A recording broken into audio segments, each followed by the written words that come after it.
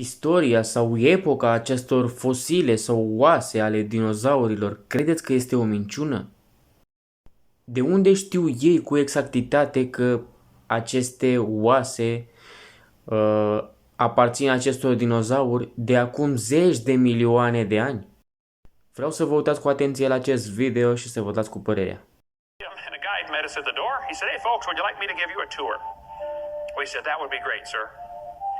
Well, the first place we stopped on the tour was the geologic time chart.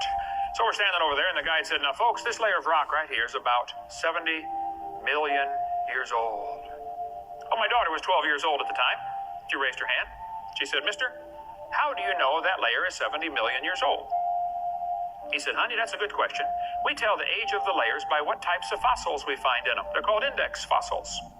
And by the way, that's correct. That's what the textbook says. Scientists use index fossils to determine the age of rock layers.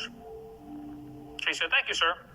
We walked around the other side. We're standing over here, and the guide said, "Now, folks, these bones are about 100 million years old."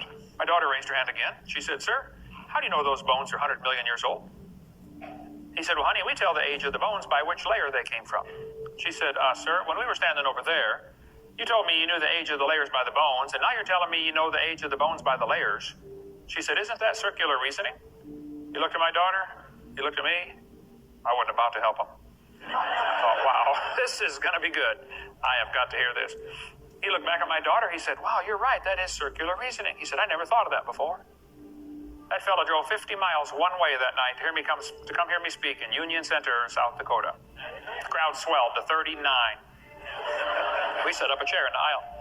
Here's a textbook that tells the kids to date the rocks by the fossils, and on the very next page it says date the fossils by the rocks. On the next page, and they don't catch it.